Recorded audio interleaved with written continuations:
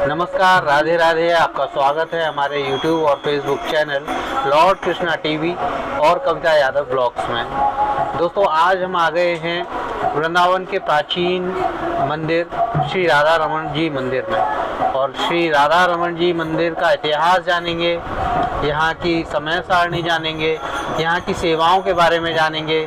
दीप पराग जैसे जो सिंगर यहाँ आके माथा टेकते हैं और बड़े बड़े दिग्गज आके यहाँ माथा टेकते हैं, यहाँ अपनी सेवाएं देते हैं, भजन के माध्यम से सेवाएं देते हैं और प्रसाद ग्रहण करते हैं। हमारे साथ में यहाँ के सेवायत हैं और महामंत्री जी भी हैं अभी फ़िलहाल में यहाँ पर। और सबसे पहले इनका सर का परिचय जान लेते हैं। परिचय बता दीजिए सर। जी, मैं पंकज गोस्वामी जी, श्री राधा रमन मंदिर के हम लोग सेवायत हैं जी। और श्री गोपाल भट्ट गोस्वामी जी के बाद श्री राधा रमन जी की जो सेवा उन्होंने सौंपी थी श्री दामोदर दास गोस्वामी जी को, उनके हम 21वीं पीढ़ी के लोग हैं जी। हम 21वीं पीढ़ी के लोग हैं और हमारा गोस्वामी कुल है, वो सभी जो है वो यहाँ पर सेवा करते हैं ठाकुर जी की। और हम लोग लगभग 500 वर्षों से श्री राधा रमन जी की निरंतर सेवा करते आ रहे हैं। भैया भी हैं हमारे साथ में, भैया से भी जानकारी ले लेते हैं। आप कुछ बताइए। मैं ब्रजभूषण लाल गोस्वामी, मैं भी ठाकुर जी का सेवायत हूँ और मेरा काशी में भी मंदिर है राधा रमन जी का ही। अच्छा। बनारस में। तो ठाकुर जी की जो सेवाएं हैं बड़ी विशेष हैं। आपने यहाँ की लीलाएं विशेष हैं। एक चीज कही ना कि बड़े बड़े गायक यहाँ, पंडित जसराज सरी के गायक यहाँ आकर के और गाना गा करके, और यहाँ आपको धन्य महसूस सबसे विशेष ये है जो प्रसाद का आपने कहा, 500 वर्ष की अखंड अग्नि है। हमारे यहाँ माचिस का प्रयोग नहीं होता है और 500 वर्ष की अखंड अग्नि से ही जो प्रसाद बनता है वही ठाकुर जी को भोग लगता है, बाहर का कुछ भोग नहीं लगता है। दोस्तों, ये ड्राई फ्रूट में भी अगर पिस्ते में नमकीन पिस्ता है तो वो ठाकुर जी को भोग नहीं लगता क्योंकि उसमें नमक बाहर मिलाया गया। अच्छा अच्छा। जो यहाँ तो इस यहाँ अग्नि पे बनेगा वही ठाकुर जी को भोग लगेगा। और ये अग्नि पिछले 500 वर्षों से प्रज्वलित है और निरंतर वही चल रही है। तो एक बार यहाँ के इतिहास के बारे में जानकारी ले लेते हैं। श्री चैतन्य महाप्रभु जी के शिष्य श्री गोपाल भट्ट गोस्वामी जी दक्षिण प्रांत में श्रीरंगम जो शहर है वहाँ के सेवायत थे श्री वेंकट भट्ट गोस्वामी जी। उनके सुपुत्र थे श्री गोपाल भट्ट गोस्वामी जी। श्री चैतन्य महाप्रभु जी अपनी दक्षिण यात्रा पर जब गए थे भक्ति के प्रचार प्रसार के लिए, वो पूरे भारत में भ्रमण कर रहे थे, तब वो जब दक्षिण की यात्रा पर गए थे तो उन्होंने अपने चातुर्मास के 4 महीने श्री वेंकट भट्ट जी के यहाँ निवास करके अपना चातुर्मास पूर्ण किया था। उस समय श्री गोपाल भट्ट गोस्वामी जी लगभग 7 वर्ष के बालक थे। उन्होंने श्री चैतन्य महाप्रभु जी की बहुत सेवा करी और उनकी सेवा से प्रसन्न होकर उन्होंने उन्हें दीक्षा दी और उन्हें बहुत आशीर्वाद दिया और उनके पिताजी को ये आदेश दिया कि ये आपका जो पुत्र है ये इसको भक्ति के प्रचार के लिए आप मुझे सौंप दें और इसको जो है आप संस्कृत और अन्य जो विद्याएं हैं, जो भाषाएं हैं, वो इन्हें पढ़ाएं और जब ये थोड़े बड़े हो जाए तब जो है मैं इन्हें आज्ञा दूंगा, तब ये जो है वृंदावन जाके फिर भजन करें। श्री गोपाल भट्ट गोस्वामी जी तभी से ही, उनके पिताजी बहुत संस्कृत के विद्वान थे, उन्होंने उनके संरक्षण में उनकी शिक्षा दीक्षा हुई। उसके बाद जब वो किशोर अवस्था में आए तभी से ही उन्होंने जो है वो श्री चैतन्य महाप्रभु जी की आज्ञा से और वो वृंदावन आए।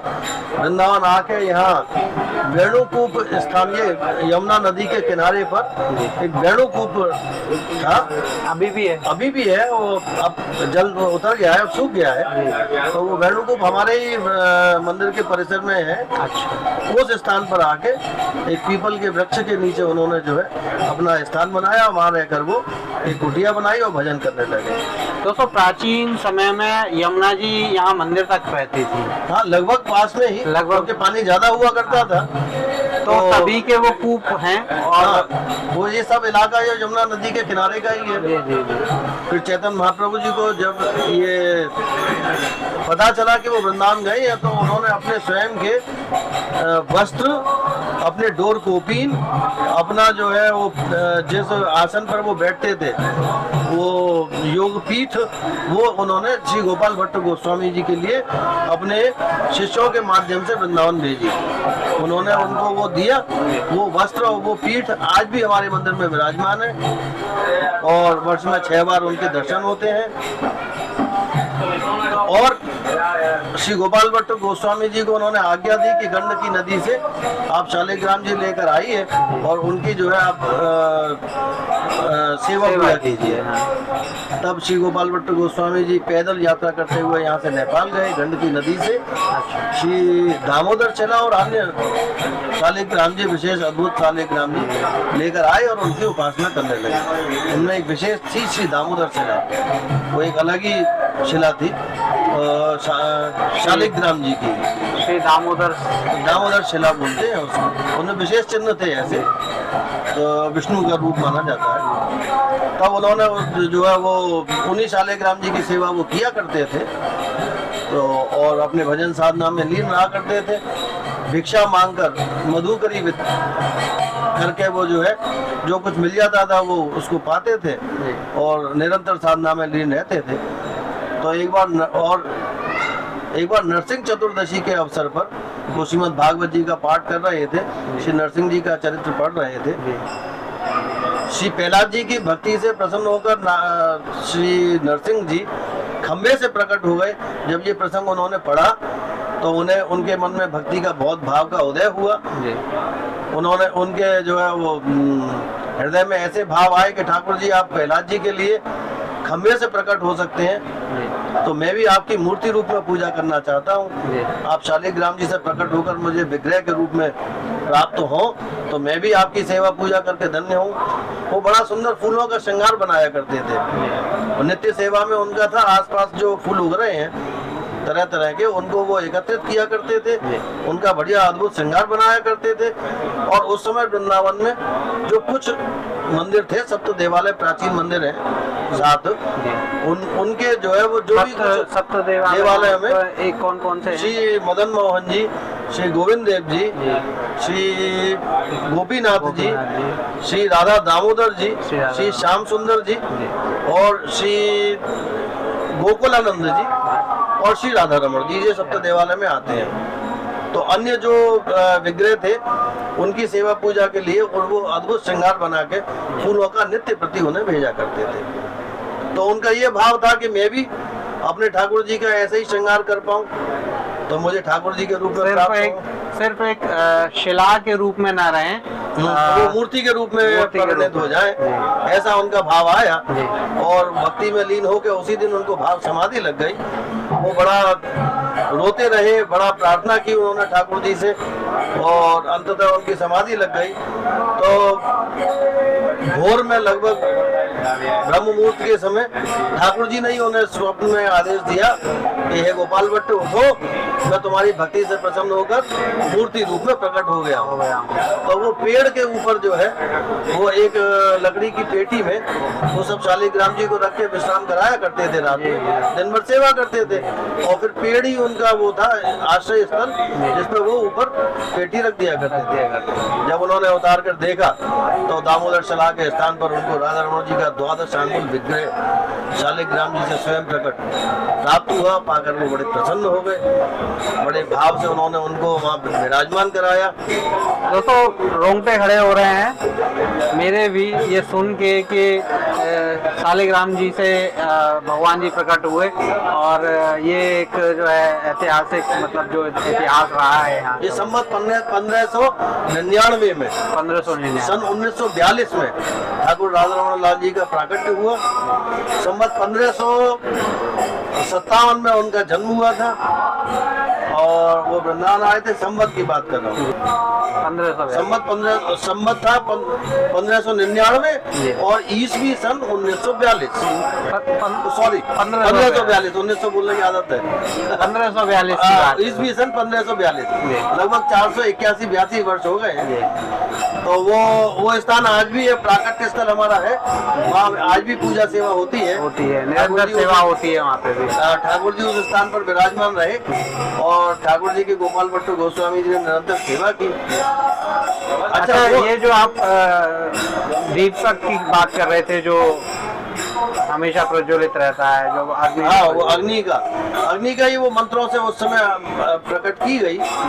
और उनके श्री गोपाल भट्ट गोस्वामी जी ने विवाह नहीं किया था, वो तो साधु थे, वैष्णव थे।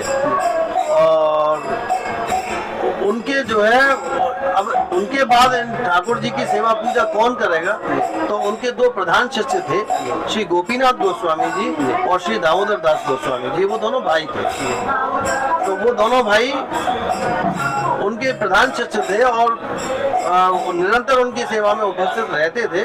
उनमें श्री गोपीनाथ गोस्वामी जी ने भी जो है विवाह नहीं किया था, तो आगे उनकी सेवा किस प्रकार निरंतर चलती रहेगी, तब श्री दामोदर गोस्वामी जी को उन्होंने, गोपाल भट्ट गोस्वामी जी ने श्री राधा रमण जी को सौंपा कि आगे आप और आपकी पीढ़ियां श्री राधा रमण जी की सेवा पूजा निरंतर करें तो और भक्ति का प्रचार प्रसार करें। तो तब से वो जो है ये पीढ़ी दर पीढ़ी ये सेवा पीढ़ी दर पीढ़ी हम लोग परंपरागत 21वीं पीढ़ी में हम लोग 21वीं पीढ़ी में, तब से 500 वर्ष में लगभग 100 वर्ष में लगभग 4-5 पीढ़ियां हो जाती हैं, जो कि 20-25 साल की उम्र में हो ही जाता है बंदे। तब से हम लोग सेवा करते आ रहे हैं। आप अपने इसमें इनके दर्शन भी करा सकते हैं। ये श्री बीच में श्री गोपाल भट्ट गोस्वामी जी ये ग्रंथों का लेखन करते हुए, और इनके पास में इधर श्री गोपीनाथ गोस्वामी जी हैं, और इधर की तरफ जो श्री दामोदर दास गोस्वामी जी हैं, जो हमारे पूर्वज हैं, जो आपके पूर्वज जी। हम लोग इन्हीं के सब जो है संतान जी। तो ये नसीब की बात है कि ऐसे ये हमारा परम सौभाग्य है कि हमने इस स्कूल में जन्म लिया, ठाकुर जी की सेवा का अवसर हम सभी को प्राप्त हुआ। अच्छा, अब बात कर लेते हैं कि ये तो रहा इतिहास के बारे में अब जानकारी ले लेते हैं कि यहाँ सेवा पूजा का क्या महत्व है और कैसे होती है, इसके बारे में एक बार जानकारी दीजिए। ये आपने बताया कि प्रसाद वगैरह और सेवा का एक अलग, ये गौड़िया संप्रदाय में भोग राग का विशेष महत्व है सेवा में। तो सुबह प्रातः काल से लेकर रात्रि तक की सारी सेवाएं यहाँ गौड़ीय पद्धति से ही होती हैं, और हमारी पद्धति और परंपरा इतनी प्राचीन और इतनी निर्मल है और इतनी विशेष है कि उसका अनुकरण जो है बाकी गौड़ीय संप्रदाय वाले भी करते हैं और सभी यहाँ से जो है प्रेरणा लेते हैं। अच्छा, हमारे जो राधा रमण जी की सेवा में जो भी कोई कच्चा प्रसाद जो बनाते हैं वो हम गोस्वामी लोग ही बनाते हैं। हमारे यहाँ रसोई में सिर्फ पुरुषों का प्रवेश है, और पुरुष भी वो नहीं जिनका जो बालक है। हमारे यहाँ एक निश्चित उम्र के बाद किशोर अवस्था में आकर जब यज्ञोपवीत संस्कार हो जाता है, उसके बाद एक परंपरा होती है श्री ठाकुर जी के चरण स्पर्श की, एक कार्यक्रम होता है। तब हम वो जो श्री ठाकुर जी के चरण स्पर्श करते हैं, अपने गुरु जी से दीक्षा लेते हैं, अपने गुरुजनों से मार्गदर्शन लेते हैं कि सेवा कैसे की जाए, उनसे सारी पद्धति सीखते हुए तब हम मंदिर में प्रवेश करते हैं। मंदिर में प्रवेश करने के बाद हम लोग ही जो है वो ठाकुर जी के कच्चे प्रसाद को बनाने के अधिकारी हैं, बाकी हमारे और कोई नहीं बना सकता। हमारे यहाँ कोई और का प्रवेश नहीं। बड़ा अपरस सप्रस है, अपरस बोलते हैं कि कोई किसी प्रकार से कोई छू न सके। बड़े विधि विधान से हमारे यहाँ भोग बनाया जाता है और बड़े विधि विधान से ठाकुर जी को भोग अर्पण किया जाता है। तो अब सेवाओं के बारे में बात कर लेते हैं। विशेष ये जो आपने बताया है इसके बारे में एक बार जानकारी दे दीजिए। जी, ये हमारे ठाकुर जी के जो है ये कुछ सेवाओं की हमने व्यवस्था की है, तो उसमें 1 दिवसीय सेवा प्रतिवर्ष की सेवा है कि इसमें व्यक्ति एक मुश्त एक बार पैसा जमा कर दे तो उसके नाम से वो जिस तिथि पर चाहे हम उसकी जो है 1 दिन की संपूर्ण सेवा, पूरी सेवा उनकी तरफ से पूरे दिन की सेवा की सेवा का जो है वो उसने योगदान में 31,000 रुपये 31,000 रुपये वो जमा करेंगे तो उन्हें रसीद प्राप्त होगी। और प्रति वर्ष वो जिस तिथि पर चाहेंगे उनको एक तिथि निश्चित हो जाएगी, उस तिथि पर उनकी तरफ से संपूर्ण दिन की सेवा की जाएगी। उनकी तरफ से होगा, हर वर्ष उनकी तरफ से संपूर्ण दिन की सेवा की जाएगी। और इसी प्रकार खाली सायंकालीन सेवा के लिए 21,000 रुपये की व्यवस्था है वर्ष में एक बार केवल 21,000 रुपये की सेवा में शाम को उनकी तरफ से भोग प्रसादी लगेगी जी। और ये है 21,000 रुपये जी।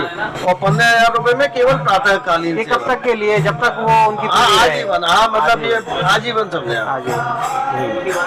तो ये आप विशेष भोग लगेगा, इसमें वर्ष में वो आ भी सकते हैं तो अब उनको प्रसाद भी दिया जाएगा, उसका भी एक विधान है। इसकी बाकायदा उनको रसीद मिलेगी, रिसिप्ट, जिसको वो संभाल कर रखे और वो अपने आने से पूर्व सूचना भी देवे तो हम उनको प्रसाद भी देते हैं। ऐसा ही 1 दिवसीय सेवाएं हैं, 7,100 रुपये भोगराग और अन्य सेवा का है। इसी प्रकार 5,100 रुपये जो केवल भोग के लिए और 3,100 रुपये केवल सायंकालीन सेवा के लिए है और 2,100 रुपये केवल प्रातःकालीन भोग सेवा है और 1,100 रुपये गंध पुष्प तुलसी आदि पुष्पमाला और तुलसी आदि की सेवा के लिए 1,100 रुपये। और कोशिश ये है कि जो छोटा या ज्यादा जो भी कोई दान करना चाहे तो उसको हम किसी भी एक सेवा में ले लें, उसको उससे पैसा ले मौका मिले सेवा में, सेवा करने का अवसर मिले, ये हमारा उद्देश्य है। और ये हमारे मंदिर की ये सब जानकारियां हैं। और ये भजन वगैरह की जो सेवा होती है इसके बारे में, राग सेवा जी, तो इसके बारे में भी थोड़ा जी। राग सेवा हमारे यहाँ निरंतर चलती है जी। सुबह से लेकर रात तक ठाकुर जी के जिस जो कार्य है उनके पद गाए जाते हैं। अच्छा, तो ये पद ही चल रहे हैं, हाँ, बैकग्राउंड अभी देखिए गा रहे हैं, अब ये भोग का पद गा रहे हैं। अच्छा, राधा रमन जी चालू कीजिए, भोग कराएंगे। हाँ अब ये भोग आया हुआ है है ना, अभी अब ठाकुर जी भोग में है इस समय, तो ठाकुर जी की जो दिनचर्या है उसके अनुसार उनके सुबह से लेकर रात तक उनके पद का गायन होता है। विभिन्न रागों में विभिन्न कलाकार आकर समय समय पे बड़े बड़े कलाकार भी आते हैं। कौन आ चुके हैं? हमारे यहाँ सभी जो है समकालीन जो भी कोई हस्तियां हैं संगीत जगत की, राजन साजन मिश्र हैं और अभी काशी से छन्नू लाल जी आए थे और मतलब मैं क्या बताऊं, अभी बी पराग भी आ चुके हैं और बी पराग तो यहाँ रमण गए हैं, वो तो राधा रमन जी के चरणों में ही आ जाते हैं। जो भी भक्त आते हैं और अपनी सेवा करना चाहते हैं राग सेवा, तो उनको हम जो है वो ठाकुर जी के सामने पद सुनाने का अवसर देते हैं, पद और अपने भजन अपने भाव। अच्छा, इसके लिए कुछ अलग से करना पड़ता है? कोई सेवा की बात नहीं है, उसके लिए बस खाली सेवा कोई भी नहीं है, उनकी तरफ से कुछ नहीं, बस खाली गाना उनका भाव, उनके हृदय में भाव होना चाहिए। क्या समय रहता है, समय सारणी एक बार आप बता? हाँ, समय में ये है, सुबह मंगला आरती, आजकल कार्तिक चल रहा है तो 4:30 बजे मंगला का समय है। बाकी मंगला आरती सुबह 5 बजे होती है, उसमें लगभग 15-20 मिनट और आधे घंटे तक दर्शन खुलते हैं, 5 से 5:30 समझ लीजिए नॉर्मली। और इसके बाद फिर ठाकुर जी के बाकी अन्य जो कार्य होते हैं वो सब पर्दे में अंदर ही रहते हैं। फिर धूप आरती पर दर्शन खुलते हैं 9 बजे, तो 9 बजे से लगभग 9:30 बजे तक। ग्रीष्म काल की आप बता रहे हैं? हाँ, ग्रीष्म भी सर्दी भी लगभग दोनों में। हाँ, सर्दी में थोड़ा सा और लेट हो जाते हैं, 9 से 9:30 हो गए, अन्यथा 9 बजे दर्शन खुल जाते हैं। मोस्टली 7-8 महीने तो ऐसा ही काल रहता है ना, तो सुबह 9 बजे दर्शन खुले, 9:30 बजे तक लगभग रहते हैं। फिर उत्थापन भोग आता है, बाल भोग जिसको बोलते हैं, ठाकुर जी के लिए नाश्ता। तो वो बाल भोग का फिर 15-20 मिनट का लगता है। उसके बाद फिर श्रृंगार आरती होती है जी। तो श्रृंगार आरती के दर्शन होते हैं, वो लगभग 1 घंटे तक दर्शन होती है। लगभग 10 बजे श्रृंगार, 10 से 10:30 के बीच में श्रृंगार आरती होती है। 10 बजे से लेकर लगभग 11:30 बजे तक आपको दर्शन मिलते हैं। उसके बाद ठाकुर जी भोग में जाते हैं, ठाकुर जी का राजभोग अर्पण किया जाता है। अच्छा, राजभोग के बारे में भी जरूर बताइए जी। थोड़ा। राजभोग का क्या अर्थ है? राजभोग में ठाकुर जी के लिए जो विभिन्न सामग्रियां बनाई जाती हैं, वो कच्चे प्रसाद जिसको बोलते ये हैं। स्वामियों के द्वारा निर्मित होता है जी। उसको इसमें कच्चा बोले हैं, जैसे इसका समय का भी एक चपाती, निर्धारण रोटी होता है। जिसको बोलते हैं, जी, जी। रोटी और महाप्रसाद जिसको चावल और विभिन्न दाल, जी। खीर जी। और कढ़ी और सब, और ये एक समय की ही होती है कि इस समय में हाँ, ही राजभोग लगाया जाता हाँ, है? राजभोग दोपहर का समय अच्छा। 12 से 12:30 के बीच में, जी। 11:30 से 12:30 के बीच में भोग लगी जाता है। लग जाता है, तो दोस्तों उसे राजभोग बोला जाता है। जो फिर राजभोग की आरती होती है, दर्शन खुलते हैं। अच्छा। 15-20 मिनट दर्शन रहते हैं। जी। तो लगभग 12 गर्मियों में और 12:30 सर्दियों में सर्दी। दर्शन मिल जाते हैं। दर्शन जो आरती का समय लगभग यही है। शाम को फिर उसके बाद ठाकुर जी विश्राम करते हैं। विश्राम उसके बाद संध्या को धूप आरती होती है, कितने बजे? लगभग 5:30 बजे। जी। गर्मियों में 5:30 बजे और सर्दियों में उसको 5 बजे। जी। और फिर उसके बाद फिर भोग आता है। उसके बाद फिर 15-20 मिनट बाद फिर दर्शन खुलते हैं। फिर संध्या आरती होती है। फिर संध्या को लगभग 1-1.5 घंटे दर्शन खुले रहते हैं। कितने बजे आरती? लगभग 6:30 बजे से लेके और 7:30 बजे तक ये दर्शन रहते हैं। 7 बजे लगभग आरती होती है, आरती होती है। संध्या आरती होती है। फिर संध्या आरती के बाद फिर ओलाई होती है, एक विशेष सेवा है। ये इसके बारे में बताइए आप थोड़ा सा, ओलाई के बारे में।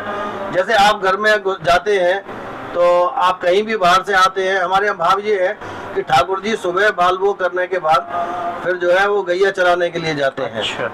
वृंदावन में। जी। तो उनकी मैया उनको सुबह जो है वो बाल भोग करा के बेचती हैं। ऐसे ही ये भाव है कि गोविली जिले में वो वापस आते हैं, तो आते ही तो उन्हें फिर भूख लगती है, तो सबसे पहले उन्हें जो है कुछ खिलाया जाता है।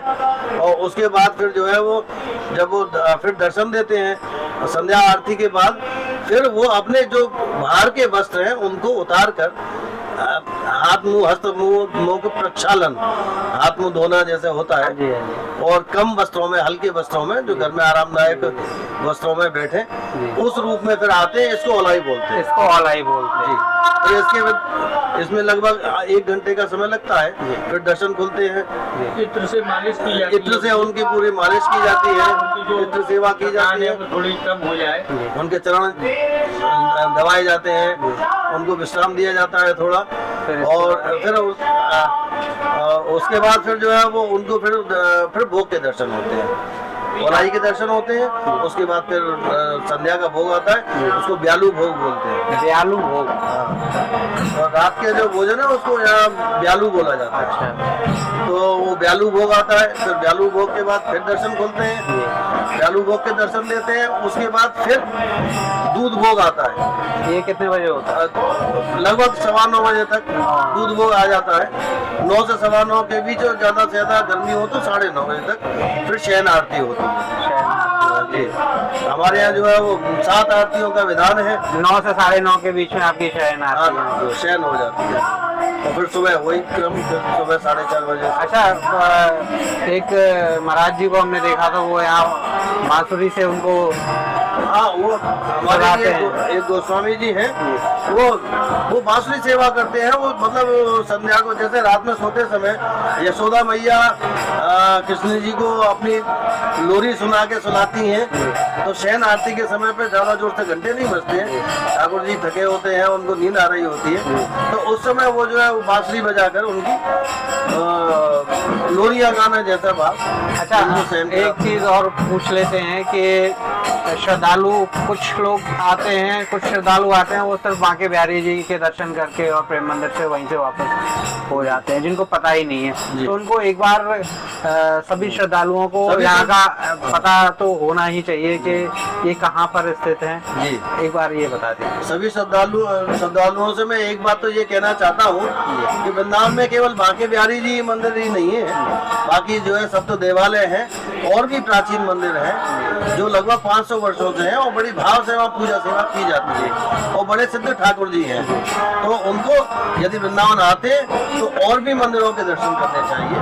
बड़े बड़े प्राचीन मंदिर हैं और यमुना किनारे बांके बिहारी जी से आगे से ही यमुना किनारे किनारे आएंगे तो केसी घाट पड़ता है। तो ये केसी घाट के नजदीक पड़ता है। केसी घाट के दोस्तों, केसी घाट के बहुत ही नजदीक ही श्री राधा रमन जी मंदिर, राधा रमन जी मंदिर है। इधर अगर आप मथुरा की साइड से आते हैं, बाई रोड आते हैं या एक्सप्रेस हाईवे से भी आते हैं तो रंगनाथ जी का मंदिर है, दक्षिण शैली का बना हुआ, वो बड़ा प्राचीन और प्रसिद्ध सोने के का खंबा है, सोने का खंबा है।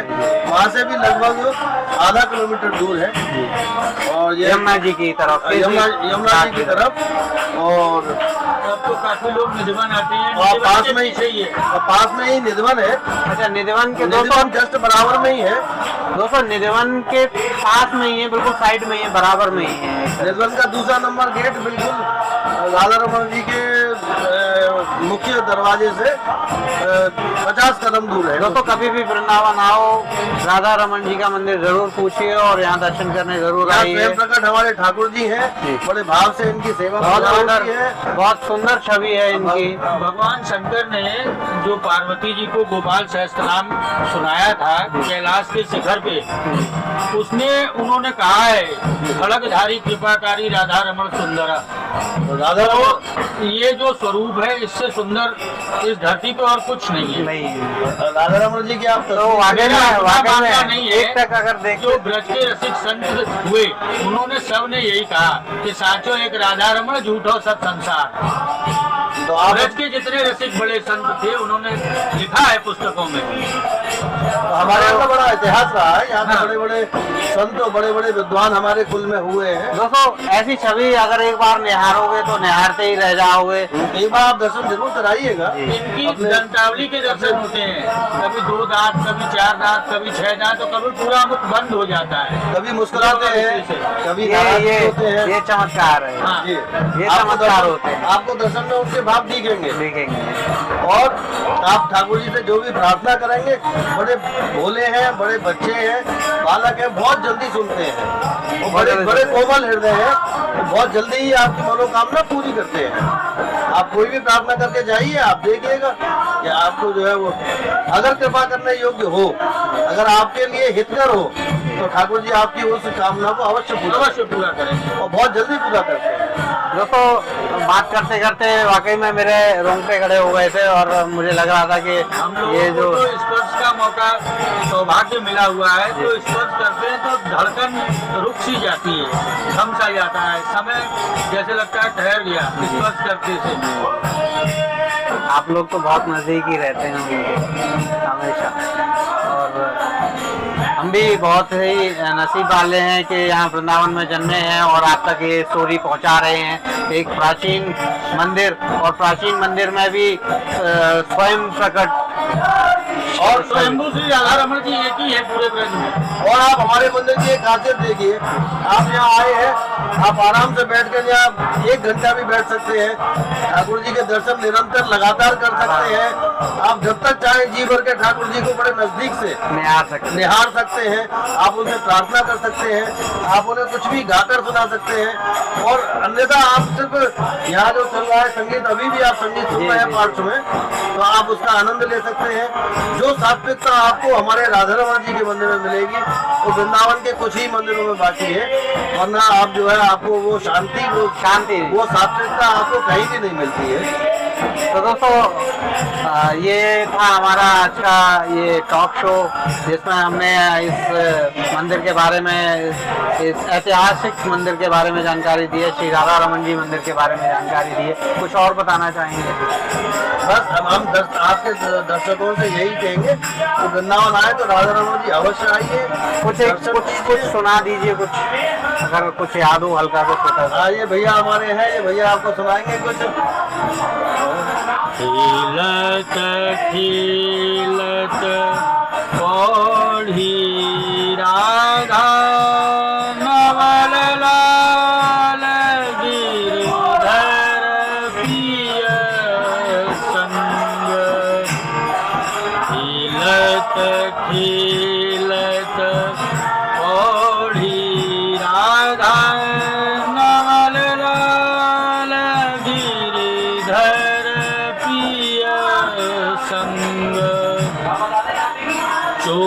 चंदन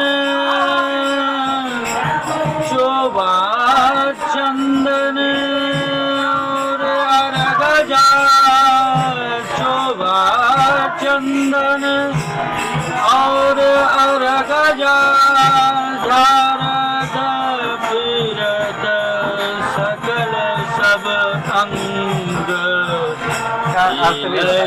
खीलत। इसका अर्थ भी बताइए। ठाकुर जी खेलते खेलते जब थक गए तो प्रिया जी के पास आए हैं और प्रिया जी उनकी चरण सेवा कर रही हैं, ये भाव है। तो दोस्तों ये भाव है और बहुत अच्छा रहा ये जानकारी हमें लेते हुए और आप तक पहुंचाते हुए। और जब भी मौका मिले वृंदावन आने का तो राधा रमन जी मंदिर ज़रूर आइएगा। और यहाँ आपको भैया मिलेंगे, यहाँ पर ये रसीद काटते हुए बकायदा आपको रसीद भी यहाँ पर मिलेगी। कार्यालय में आप जो है हाँ। संपर्क करेंगे, कोई भी ये- काम देंगे तो उसकी रसीद मिलेगी। ये भैया हैं, भैया आपका नाम क्या है? मेरा नाम है भावेश शर्मा। और ये भैया आपको यहाँ पर मिलेंगे। समय क्या रहता है ऑफिस का खुलने का? ऑफिस का समय रहता है सुबह 9 बजे से और दोपहर के 12:30 बजे तक, और फिर शाम को 5 बजे से खुलेंगे और सैन आती यानी कि 9:30 बजे तक। तो ये समय रहता है। और आप कुछ ये प्रसाद के बारे में बता रहे थे, कुलिया प्रसाद के बारे में ये बता रहे पुलिया प्रसाद लगता है, ये यहाँ का मुख्य प्रसाद है। थे। ये दिखाइए, ये मुख्य प्रसाद है जी। यहाँ का। तो इसके बारे में कुछ बता रहे थे कि इसको कैसे प्राप्त किया जा सकता है? ये यहाँ से रसीद कटाई जाती है। जी। कैसे? एक दिन पहले बताया जाता है। एक दिन पहले बताया जाता है, दूसरे दिन आपको शाम को प्रसाद लग के भगवान का तो और सामने भेंट करने पर भी प्रसाद मिलेगा। अच्छा, सामने भेंट करेंगे, मंदिर में भेंट करेंगे तो वहाँ पे भी आप प्रसाद मिलेगा। तो ये दोस्तों हमने आपको यहाँ जानकारी दी है। साथ ही साथ एक जयकारा लगा लेते हैं और एक बार आप ही जयकारा राधा रमन लाल की जय। आप सभी श्रोताओं से अनुरोध है कि आप जो अमित यादव जी के चैनल को सब्सक्राइब करें और निरंतर इनको जो है लाइक देते रहे, क्योंकि दोस्तों हम अपने चैनल के माध्यम से आपको यहाँ के भजन सुनाते रहते हैं और ये ब्रज के सब मंदिरों के आपको दर्शन कराते हैं, जी। यहाँ के बारे में आपको जानकारियाँ देते हैं। आप अधिक से अधिक इनके चैनल का प्रचार करें, जिससे ये इनको और प्रेरणा मिले और आपके लिए अच्छी अच्छी चीजें, अच्छी अच्छी स्टोरी आप तक पहुँचाते रहे। पहुँचा सके। बहुत बहुत धन्यवाद। राधे राधे, राधे राधे।